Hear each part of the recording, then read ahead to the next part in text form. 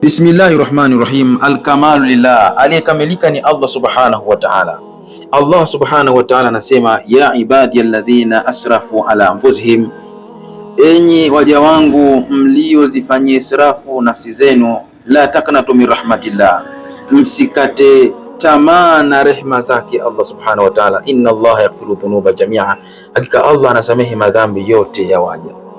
Allah subhanahu wa ta'ala anamsamehe mtu asifanye dhambi leo kesho akaogopa kutubia kwa sababu jana aliomba toba. Hapana, fanya toba wakati umefanya dhambi, Allah subhanahu wa ta'ala atakusamehe. Ewe Muislamu, ewe ndugu yangu, Allah katika hadithi al-Qudusi anasema, mja wangu kanitaka msamaha na mimi ndiye mwingi wa kusamehe, basi na afanye atakavyo nitamsamehe.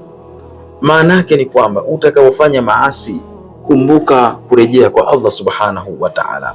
Usiende moja kwa moja ukasema kwa sababu mimi nitafanya vile siwezi tena kusamehewa na Allah subhanahu wa ta'ala. Hapana, utakuwa umekosea.